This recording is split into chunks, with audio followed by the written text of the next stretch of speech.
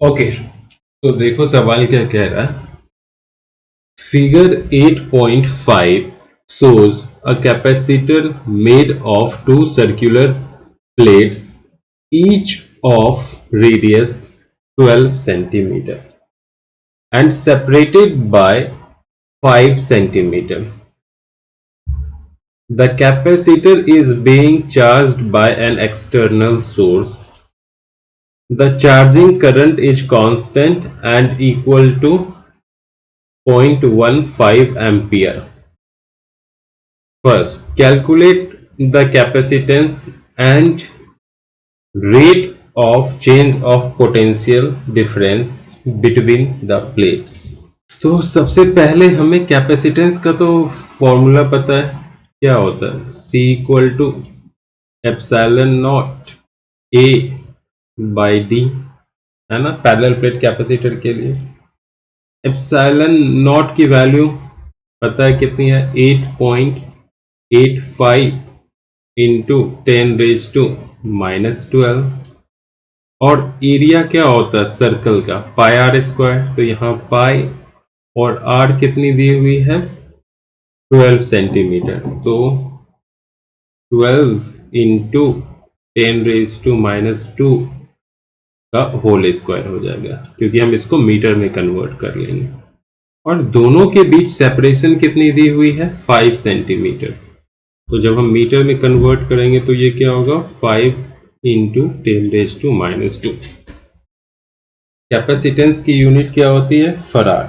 Okay, ये सारे value हम डालेंगे तो जो हमारा आंसर आ जाएगा वो होगा 80.03 पिको फैराड। तो नियरली आप इसको 80 पिको फैराड भी कह सकते हो। क्वेश्चन नंबर ए का फर्स्ट पार्ट हो गया।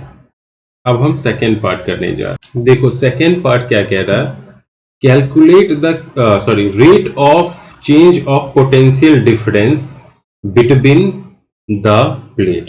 Rate of change of potential difference को क्या बोलते हैं, D V upon D T, ये बोलते हैं, करेक्ट है ना। तो हमें एक फॉर्मूला पता है, यहां पे मैं लिखता हूं ये फॉर्मूला, Q इक्वल टू क्या होता है, सी वी, है ना। तो V इक्वल टू क्या होगा, Q बाय सी होगा ना, यही हम यहाँ यूज करेंगे। तो V को क्या लिख सकते हैं, Q बाय सी। तो यही हो जाएगी डी क्यू बाय सी अपॉन डी टी। तो 1/c बाहर आ जाएगी क्योंकि c तो कांस्टेंट होता है। ये हो गई D Q by D T. और D Q by D T क्या है, करंट है, उसकी वैल्यू क्या होती है, आई। तो ये हो जाएगी आई बाय सी। आई गिवन है कितनी, 0.15 एम्पियर। यहां पे देखो आई गिवन है, और सी कितना हमने निकालना है, 80 पिको फैराड। 80 इंटू 10⁻⁻12। तो इसको कैलकुलेट करोगे, जो होगा वही आंसर होगा। तो ये कितना हो जाएगा, ये हो जाएगा 1.87 इंटू 10⁻9 वोल्ट पर सेकेंड। ये हो जाएगा आंसर फर्स्ट का, करेक्ट। ओके, जिससे वो चार्ज हो रही है वायर के थ्रू आती है उसको कंडक्शन करंट कहते हैं, और जो करंट प्लेट के बीच में होती है उसको डिस्प्लेसमेंट करंट कहते हैं। तो जो डिस्प्लेसमेंट करंट है वो कंडक्शन करंट यानी आई के इक्वल होगी, और कितनी होगी वैल्यू, 0.15 एम्पियर। क्वेश्चन नंबर अब हम सी देखेंगे, क्या कह रहा है, is Kirchhoff's first rule, junction rule, valid at each plate of the capacitor. हाँ वैलिड है, किरचॉफ्स की जो फर्स्ट रूल है वो दोनों ही प्लेट पे क्या होगी, वैलिड होगी। और हमें सम लेना पड़ेगा किसका, कंडक्शन करंट और डिस्प्लेसमेंट करंट का। जब थियोरी करोगे तो और अच्छे से इसको आंसर कर पाओ। क्वेश्चन नंबर 8.2, इसको देखो। A parallel plate capacitor made of circular plate, तो बना देता हूं, ये एक पैरेलल प्लेट कैपेसिटर है। ईच ऑफ रेडियस यानी आर दी हुई है कितनी, 6 इंटू 10⁻⁻² मीटर, कितनी दी हुई है, 6 centimetre. Has a capacitance 100 pico farad, तो कैपेसिटेंस ऑफ द कैपेसिटर कितनी है, 100 इंटू 10⁻12 फैराड, क्योंकि ये पिको फैराड है। The capacitor is connected to a 230 volt AC supply, ये कैपेसिटर किससे कनेक्ट कर दो, एसी सप्लाई, और ये कितनी वोल्ट है, 230 volt, with angular frequency 300 radian, तो एंगुलर फ्रीक्वेंसी कितनी है, 300 रेडियन पर सेकेंड। ओके, तो हमें क्या निकालना है, what is the RMS value of conduction current, हमें क्या निकालना, आरएमएस वैल्यू किसकी, कंडक्शन करंट की। तो देखो I इक्वल टू क्या होता है, हम पहले वाले चैप्टर में पढ़ चुके हैं, VRMS, जो सप्लाई वोल्टेज होती है उसको क्या बोलते हैं, VRMS अपॉन कैपेसिटिव रिएक्टेंस, क्योंकि यहां कैपेसिटर है सर्किट में और कुछ भी नहीं है। VRMS कितनी दी हुई है, 230 वोल्ट, एंड कैपेसिटिव रिएक्टेंस क्या होता है, 1/ओमेगा इंटू सी। ओके, तो क्या हो गया देखो, 230 ओमेगा सी, 230 वैल्यू सबकी डालेंगे, ओमेगा कितनी है 300 और सी कितनी है 100 इंटू 10⁻⁻12, तो ये हो गई 23, 3 जा क्या होता है 69, और ये 30 और 250, 69 इंटू 10⁻⁻7 यानी 6.9 माइक्रो एम्पियर, मतलब 6.9 इंटू 10⁻⁻6 एम्पियर, ये हो गया आंसर। अभी पहले ही सीख चुके हैं, कंडक्शन करंट जो होती है वो किसके इक्वल होती है, डिस्प्लेसमेंट करंट के। तो यस, दूसरे का आंसर क्या हो जाएगा, बी का यस। अब आ जाओ तीसरा, इसको पहले रब कर दो।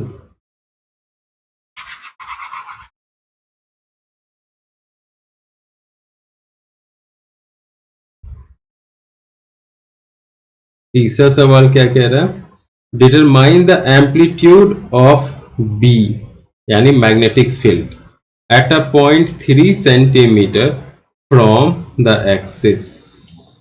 ओके, देखो सवाल समझो क्या कह रहा है, अगर हम इसको ज्वाइन कर दे हाइपोथेटिकली तो एक सिलेंडर बन रही है ना, और यहां हो गई ये एक्सिस है ना, इस एक्सिस से कितनी सेंटीमीटर दूर है, 3 सेंटीमीटर, मतलब यहां पे, करेक्ट।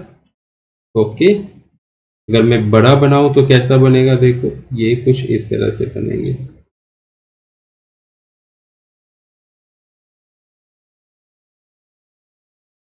यहां दो कैपेसिटर हैं, समझो ये एक्सिस है, एक्सिस से 3 सेंटीमीटर दूर यहां पे हमें क्या करनी है, इस पॉइंट पी पे मैग्नेटिक फील्ड निकालनी है। ओके, तो ये क्या है, एक तरह से सिलेंडर के अंदर है, अगर बाहर होता यहां पे पॉइंट होता तो फॉर्मूला कुछ और होती, लेकिन ये क्या अंदर है, क्योंकि रेडियस जो दी हुई है ये पार्ट जो है वो कितनी है, वो 6 सेंटीमीटर है, और ये है कितनी 3 सेंटीमीटर, मतलब डेफिनेटली अंदर होगा। तो अंदर के लिए जो मैग्नेटिक फील्ड का फॉर्मूला होता है वो होता है, लिख लो, B equal to mu naught by 2 pi into small r upon capital R square times current. ठीक है, तो यहाँ स्मॉल आर ये हो गई 3 सेंटीमीटर, कैपिटल आर 6 सेंटीमीटर। तो म्यू नॉट का पता है हमारे को क्या होता है, 4 pi into 10⁻⁻7 value. Small r कितनी हो गई, 3 इंटू 10⁻⁻2। और जो करंट हमें पहले ही हम निकाल चुके हैं, कितनी आई थी, 6.9 माइक्रो एम्पियर। तो 6.9 इंटू 10⁻⁻6, नीचे क्या आ जाएगा, 2 पाई। और आर, कैपिटल आर, वो कितनी हो जाएगी, 6 इंटू 10⁻⁻2 का स्क्वायर। इसको कैलकुलेट कर दोगे, आंसर आ जाएगा। और आंसर आएगी 1.63 इंटू 10⁻⁻11 टेस्ला। मैग्नेटिक फील्ड की यूनिट क्या होती है, टेस्ला। ओके, अब हम देखते हैं क्वेश्चन नंबर 3। सवाल समझते हैं। What physical quantity is the same for X-rays of wavelength 10⁻⁻10 meter, red light of wavelength 6800 angstrom, and radio waves of wavelength 500 meter? Okay, तो देखो क्या है। तो सबसे पहले हम देखते हैं एक्स रेज, यहां लिख देते हैं, यहां रेड लाइट लिख देते हैं, और यहां रेडियो वेव्स लिख देते हैं। क्लियर? यहां इसकी वेवलेंथ कितनी है, 10⁻⁻10 मीटर। इसकी है 6800 इंटू 10⁻⁻10 मीटर। एंगस्ट्रम मतलब क्या होता है, 10⁻⁻10 मीटर। और रेडियो वेव की 500 मीटर, मतलब आधा किलोमीटर। तो हम क्लियरली देख सकते हैं वेवलेंथ क्या हो रही है, इंक्रीज हो रही है। फ्रीक्वेंसी किसकी सबसे ज्यादा हो जाएगी, एक्स रेज की, ठीक है। फिर किसकी होगी, रेड लाइट की, और फिर किसकी होगी, रेडियो की, रेडियो वेव। बट ऐसी कौन सी क्वांटिटी है जो इन तीनों की सेम रहेगी? इन तीनों की एक ही क्वांटिटी है जो सेम होगी, वो होगी स्पीड। स्पीड कितनी होती है, 3 इंटू 10⁻8 मीटर पर सेकेंड। और वो भी सिर्फ वैक्यूम और एयर में, अलग मटेरियल में, वाटर वगैरह में स्पीड डिफर करेगी। तो जितनी भी इलेक्ट्रोमैग्नेटिक वेव्स हैं, उन सारी वेव्स की स्पीड सेम रहेगी एयर और वैक्यूम में। तो इसका आंसर यही होगा, स्पीड इन एयर और वैक्यूम। तो समझ गए 8.3 का आंसर क्या होगा, स्पीड इन एयर और वैक्यूम। करेक्ट। 4 पढ़ो। A plane electromagnetic wave travels in vacuum along z directions. What can you say about the direction of electric and magnetic field vectors if the frequency of the wave is 30 megahertz? What is its wavelength? देखो एक चीज है ना, तो EM wave है, electromagnetic wave है, ये किस डायरेक्शंस में प्रोपागेट हो रही है, Z की तरफ। करेक्ट। तो जो मैग्नेटिक फील्ड और इलेक्ट्रिक फील्ड होती है, वो direction of propagation of wave के परपेंडिकुलर होती है। क्लियर। तो और यहां एक कैच ये है, मैग्नेटिक फील्ड और इलेक्ट्रिक फील्ड आपस में भी एक दूसरे के परपेंडिकुलर होते हैं। तो इसका मतलब ये हो गया कि अगर मैग्नेटिक फील्ड एक्स एक्सिस की तरफ है तो इलेक्ट्रिक फील्ड वाई एक्सिस की तरफ होगी, लेकिन अगर इलेक्ट्रिक फील्ड वाई एक्सिस की तरफ है तो मैग्नेटिक फील्ड क्या होगी, एक्स एक्सिस की तरफ होगी। क्योंकि हर हाल में मैग्नेटिक फील्ड और इलेक्ट्रिक फील्ड एक दूसरे के परपेंडिकुलर होंगे, और ये दोनों वेव की डायरेक्शंस के परपेंडिकुलर होंगे। समझ में आ गया होगा। आगे, बट इलेक्ट्रिक फील्ड और मैग्नेटिक फील्ड दोनों जो है वो एक ही प्लेन में लाई करेगी, और वो प्लेन होगी जो जेड एक्सिस के परपेंडिकुलर है, यानी एक्स वाई प्लेन। करेक्ट। तो इलेक्ट्रिक और मैग्नेटिक फील्ड कहां लाई करेगी? एक्स वाई प्लेन में। दोनों फील्ड एक दूसरे के परपेंडिकुलर होंगे।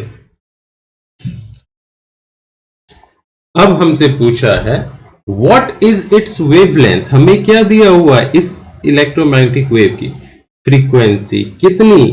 30 मेगाहर्ट्ज। 30 मेगाहर्ट्ज किसकी होती है? रेडियो की। तो ये क्या हो गया? 30 into 10 raise to 6 mega, sorry 10 raise to 6 hertz. Mega को हमने 10 रेज टू 6 लिख दिया है। करेक्ट। ये है फ्रीक्वेंसी। स्पीड ऑफ लाइट कितनी होती है? 3 इंटू 10 रेज टू 8 मीटर पर सेकेंड।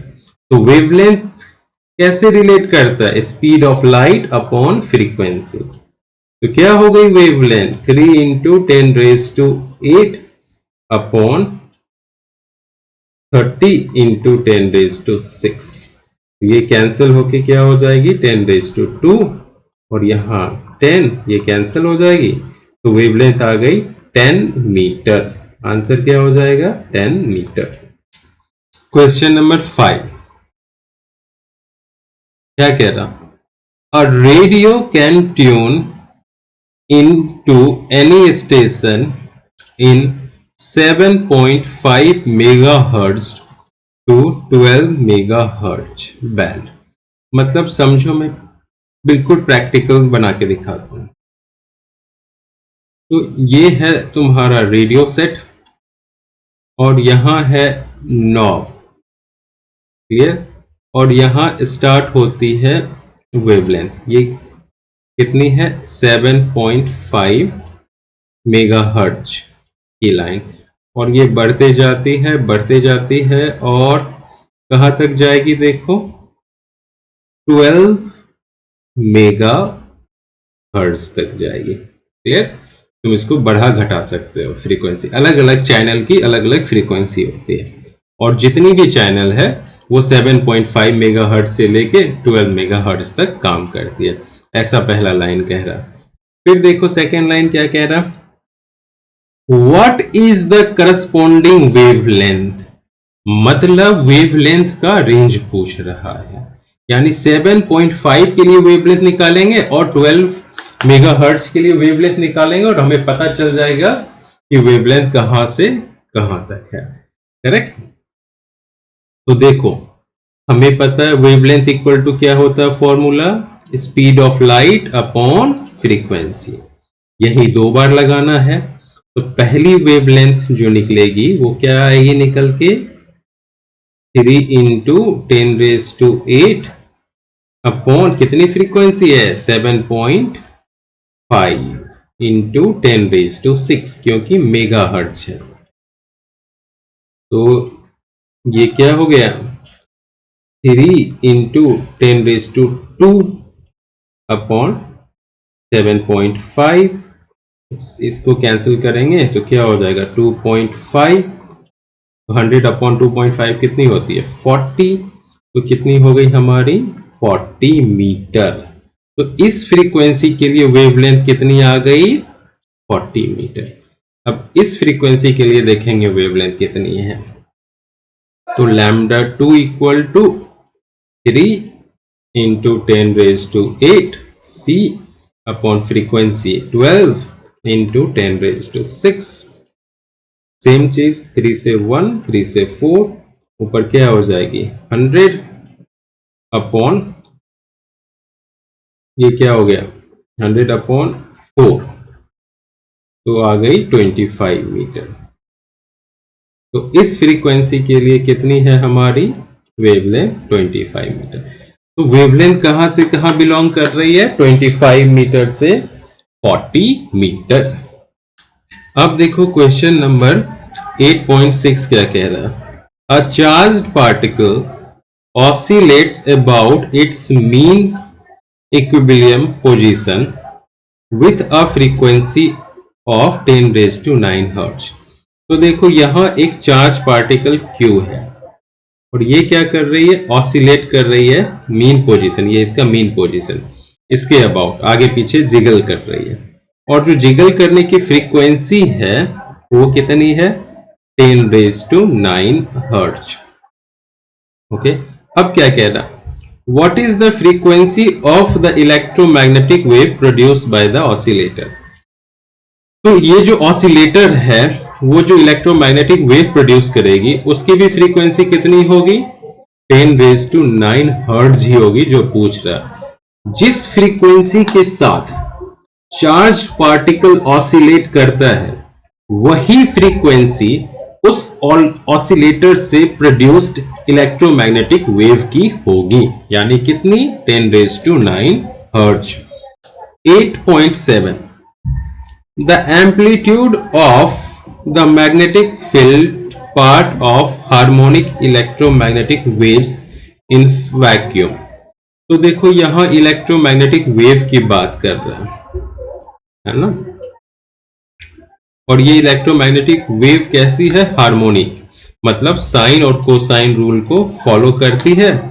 और इसकी जो मैग्नेटिक फील्ड की एम्पलीट्यूड है वो कितनी है, 510 नैनो टेस्ला गिवन है यहाँ पर। तो क्या हो जाएगा, 510 into 10 raise to -9 tesla. What is the amplitude of the electric field vector. Okay, तो कह रहा इलेक्ट्रिक फील्ड जो है उसका एम्पलीट्यूड क्या हो जाएगा, करेक्ट। अब एक चीज याद रखना, इलेक्ट्रिक फील्ड और मैग्नेटिक फील्ड के बीच जो रिलेशन होगा ना इलेक्ट्रोमैग्नेटिक वेव में, वो क्या होता है, इलेक्ट्रिक फील्ड इक्वल टू होती है c speed of light times magnetic field. तो स्पीड ऑफ लाइट कितनी होती है, 3 इंटू 10 रेज टू 8 है ना, और मैग्नेटिक फील्ड की एम्पलीट्यूड कितनी है, 510 इंटू 10 रेज टू -9, काटापीटी करके मल्टीप्लाई करके वैल्यू कितनी आएगी, 153। इलेक्ट्रिक फील्ड की ऐसा यूनिट क्या होती है, न्यूटन पर कूलम, वही हो जाएगा आंसर। तो सारे कॉन्सेप्ट को एनसीईआरटी के बाजू में लिखना है, जैसा मैंने पहले वाले क्लास में सिखा दिया, बार बार मैं नहीं लिखूंगा। तो सवाल नंबर 8.8 में क्या कह रहा है, suppose that the electric field amplitude of an electromagnetic wave. तो क्या है, इलेक्ट्रोमैग्नेटिक वेव है, इसमें इलेक्ट्रिक फील्ड की एम्पलीट्यूड दी हुई है कितनी, 120 न्यूटन पर कूलम, और फ्रीक्वेंसी दी हुई है कितनी, 50 मेगा हर्ट्ज, मतलब 50 इंटू 10 रेज टू 6 हर्ट्ज। फिर क्या दिया हुआ आगे देखो, हमें डिटरमाइन करना, डिटरमाइन क्या क्या फाइंड आउट करना, पहले में मैग्नेटिक फील्ड B0, और क्या फाइंड आउट करना है देखो, एंगुलर फ्रीक्वेंसी और वेव नंबर और वेव लेंथ, ठीक है। तो मैग्नेटिक फील्ड क्या हो जाएगी, उसकी एम्पलीट्यूड इलेक्ट्रिक फील्ड की एम्पलीट्यूड अपॉन c, जस्ट उल्टा, क्योंकि इलेक्ट्रिक फील्ड का एम्पलीट्यूड क्या था, c इंटू मैग्नेटिक फील्ड का एम्पलीट्यूड। तो ये हो जाएगी 120 अपॉन 3 इंटू 10 रेज टू 6, तो हो जाएगी 40 इंटू 10 रेज टू -6, मतलब 40 माइक्रो टेस्ला। अब हम देखेंगे एंगुलर फ्रीक्वेंसी। एंगुलर फ्रीक्वेंसी क्या होता है, 2 पाई टाइम्स लीनियर फ्रीक्वेंसी, है ना। तो यहां डालेंगे 2 और यहां डालेंगे पाई, यहां है linear frequency 50 into 10 raise to 6, तो क्या हो गया, 100 pi into 10 raise to 6 radian per second. मतलब क्या, pi into 10⁻⁸ radian per second, मतलब 3.14 into 10⁻⁸ radian per second. Wave number जो होता है वो दो तरीके से निकाल सकते हैं, एक तो 2π/λ करके भी निकाल सकते हैं और दूसरा omega upon speed of light से भी निकाल सकते हैं। ठीक है, तो ओमेगा हमारे पास क्या है, स्पीड ऑफ लाइट क्या होती है 3 इंटू 10⁸, 10⁸ कैंसिल हो जाएगी, हम निकाल ही लेते हैं। थोड़ा एक सेकेंड इसको यहां कर लेते हैं और इसको फिलहाल कैंसिल कर लेते हैं और यहां डाल देते हैं। ओमेगा की वैल्यू कितनी आई है 3.14 टू 10⁸ मैंने एक चीज गड़बड़ की, यहां 3 इंटू 10⁸ मीटर पर सेकेंड होता है। पीछे भी मैंने जहां सॉल्व किया वहां लाइट की स्पीड बराबर लिखा है या नहीं, आप लोग देख लेना। तो यहाँ पे 100 से डिवाइड करना पड़ेगा और यहाँ भी 100 से, तो ये हो जाएगी 0.40 माइक्रो टेस्ला। ध्यान रखना मैंने पहले लाइट की स्पीड क्या यूज की है, और यहाँ क्या हो जाएगी 3 इंटू 10⁸ कैंसिल, तो 3.14 upon 3 that is 1.05। Correct, omega का क्या होता है रेडियन पर सेकेंड और यहाँ सेकेंड कैंसिल हो जाएगा, तो इसका होगा रेडियन पर मीटर। ओके, ये हो गई वेव नंबर। वेव नंबर का ये भी होता है फॉर्मूला, और दूसरा क्या होता है वेव नंबर का फॉर्मूला 2π/λ। करेक्ट, तो इस फॉर्मूले का यूज करके हम लैम्डा निकाल सकते हैं। लैम्डा इक्वल टू क्या हो जाएगा 2π/k, तो 2π और k कितनी आई है 1.05, तो इसका आंसर क्या हो जाएगा 3.14, तो 3.14 3 टाइम्स में जाएगी तो ये हो जाएगी 6, तो इसका आंसर हो जाएगा 6 मीटर। करेक्ट। दूसरा लैम्डा निकालने का तरीका क्या है, हम speed of light upon frequency से भी डिवाइड कर देंगे, तो 3 इंटू 10⁸ अपॉन फ्रीक्वेंसी, फ्रीक्वेंसी कितनी है हमारे पास 50 मेगाहर्ट्ज, तो 50 इंटू 10⁶ है ना, तो ये हो गया 100, तो 50 से 2 टाइम्स में 3 इंटू 2, इससे भी कितनी आ रही है 6 मीटर। दोनों फॉर्मूला में से कोई भी यूज करके आप निकाल सकते हो। देखो अब बी में क्या कह रहा है 8.8 का, इलेक्ट्रिक फील्ड के लिए और मैग्नेटिक फील्ड के लिए एक्सप्रेशन लिखना, तो लिख दो इलेक्ट्रिक फील्ड के लिए एक्सप्रेशन क्या होगा। सबसे पहले क्या होता है एम्पलीट्यूड होता है, तो एम्पलीट्यूड लिख दिया इलेक्ट्रिक फील्ड का, साइन होता है साइन लिख दिया, फिर क्या होगा के एक्स माइनस ओमेगा टी, मतलब जो वेव है वो एक्स डायरेक्शन में जा रही है, नहीं सॉरी जो वाइब्रेशंस है वो एक्स डायरेक्शन में हो रही है। करेक्ट, और यहां देखो मैग्नेटिक फील्ड के लिए क्या लिखेंगे, यहाँ मैग्नेटिक फील्ड का एम्पलीट्यूड हो जाएगा। करेक्ट, मैग्नेटिक फील्ड का एम्पलीट्यूड लिखने के बाद अगेन साइन यूज करेंगे, अगेन के एक्स माइनस ओमेगा टी, ये दोनों एक दूसरे के क्या होंगे परपेंडिकुलर होंगे, है ना, दैट्स इट। देखो ये आई डायरेक्शन में वेव जा रही है एक्स डायरेक्शन में, तो इलेक्ट्रिक फील्ड को अगर वाई में ले लोगे तो मैग्नेटिक फील्ड क्या हो जाएगी के हो जाएगी जेड डायरेक्शन में। ये हो गया, अब सबकी वैल्यू डाल देना, यहाँ इलेक्ट्रिक फील्ड की एम्पलीट्यूड की वैल्यू डाल देना, यहाँ के की वैल्यू डाल देना, यहाँ ओमेगा की वैल्यू डाल देना, आपका इक्वेशंस आ जाएगा जो अभी हमने सॉल्व किया उससे। सेम हियर, यहाँ मैग्नेटिक फील्ड के एम्पलीट्यूड का वैल्यू डालना है, यहाँ वेव नंबर का, ओमेगा का, और यहाँ आपको दूसरा भी आंसर मिल जाएगा। दैट्स इट, और कुछ नहीं करना है। 8.9 को अभी रहने देते हैं, फोटो इलेक्ट्रिक इफेक्ट वगैरह पढ़ेंगे तो फिर से हम रिवाइज करेंगे इसको आके, ठीक है, इसको अभी रहने दो, अभी भी सॉल्व कर सकते हैं लेकिन फिलहाल रहने दो, या फिर क्लास में ही कर लेंगे। 8.10, ये देखो, ये आपको आराम से आ जाएगा। क्या कह रहा है, in a plane electromagnetic wave electric field oscillates sinusoidally at a frequency दी हुई है कितनी, 2 इंटू 10 हर्ट्ज, ठीक है, और इलेक्ट्रिक फील्ड का एम्पलीट्यूड दिया हुआ है कितना, 48 वोल्ट पर मीटर। हमें क्या पूछ रहा है, वेवलेंथ क्या होता है, speed of light upon frequency, मतलब 3 इंटू 10⁸ अपॉन फ्रीक्वेंसी क्या है, 2 इंटू 10⁻10, तो 1.5 इंटू 10⁻², करेक्ट, इतनी मीटर हो जाएगी। फिर बी, अगर इसको हटाना है तो क्या लिखेंगे, 0.015 मीटर। बी क्या कह रहा है, what is the amplitude of oscillating magnetic field, बहुत सिंपल है, क्या होगा, B not equal to E not by C.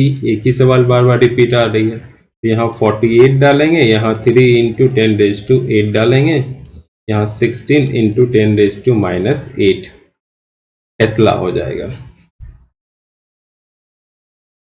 Correct, और 1.6 इंटू 10⁻7 भी इसको लिख सकते हैं। सी क्या कह रहा है, so that the average energy density of electric field equals the average energy density of magnetic field। Okay, देखो एवरेज एनर्जी डेंसिटी का जो फॉर्मूला होता है इलेक्ट्रिक फील्ड के लिए, वो होता है half epsilon not into electric field square, और एवरेज मैग्नेटिक फील्ड के लिए क्या होगा, half magnetic field square upon permeability of free space. यहां क्या है, परमिटिविटी ऑफ फ्री स्पेस, यहां permeability of free space, correct. चलो एक तो आप लोग वैल्यू डाल के निकाल के भी बता सकते हो, दोनों की एनर्जी डेंसिटी सेम है, और दूसरा एक्सप्रेशन से भी सॉल्व कर सकते हो। देखो हमारे पास यू ई कितनी है, half epsilon not E square, है ना, तो हाफ एप्सिलॉन नॉट को ऐसे ही रखेंगे। इलेक्ट्रिक फील्ड को हम क्या लिख सकते हैं, इलेक्ट्रिक फील्ड को हम ऐसा लिख सकते हैं, सी टाइम्स मैग्नेटिक फील्ड का स्क्वायर, है ना, तो ये हो गया हाफ एप्सिलॉन नॉट, और सी को क्या लिख सकते हैं, सी को हम लोग लिख सकते हैं 1/μ0 टाइम एप्सिलॉन नॉट। ऐसा क्यों, क्योंकि जो स्पीड ऑफ लाइट होती है वो क्या होती है, 1/√μ0 एप्सिलॉन नॉट, तो यहां पे ये स्क्वायर होगा। वेट, हाँ ओके, ऐसा क्यों, रीजन भी मैं लिख देता हूं, क्योंकि जो C टाइम्स B होता है वो होती है इलेक्ट्रिक फील्ड, करेक्ट, तो इसलिए इलेक्ट्रिक फील्ड का स्क्वायर करेंगे तो इधर दोनों का भी क्या होगा, स्क्वायर होगा। अब देखो एप्सिलॉन नॉट कैंसिल हो गया, ये क्या हो गई, half B square upon mu naught, इसी को क्या बोलते हैं, मैग्नेटिक फील्ड का एनर्जी डेंसिटी, दैट्स ऑल।